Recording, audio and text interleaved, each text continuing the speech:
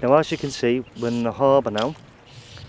As I said earlier, the water is extremely clear here in the Bahamas. I'm just casting my fly out, getting a good long distance and letting it land gently on the water. Now as you can see, because the water is so clear, the least little bit of disturbance you make, the bonefish will actually hear that disturbance and then be put off feeding. Now I'm allowing that fly to sink down so that it touches the bottom. Remember that long leader. That long leader will actually help to get that fly to the bottom and on the sand.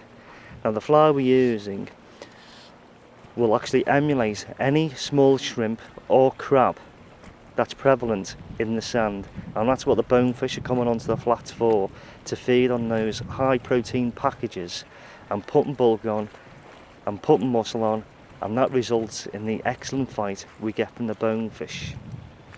Now what I'm going to do now is I've put the fly out, I've given it a few seconds to reach the bottom, and you see now slowly I am retrieving that fly.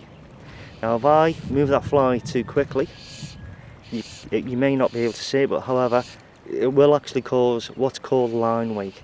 Now that effectively creates noise in the water. Again, that will put the bonefish off feeding in the area you're fishing. That also goes the same for when you're trout fishing back home, salmon fishing say in Alaska or Canada, anywhere in the world. Fish are very, very sensitive to noise. As you can see, I'm retrieving that fly nice and slowly. Now the reason I picked this particular point is you'll probably just see there a dark line. Now that's actually a sunken rope off a mooring line, just as you would get in any harbour back in the UK. Now again, all over the world, fish congregate around features. They love features. The reason being, they fish like features because that's where all the food is.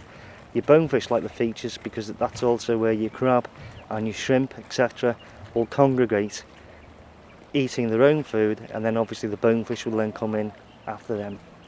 We'll continue fishing and hopefully we'll catch a bonefish very soon.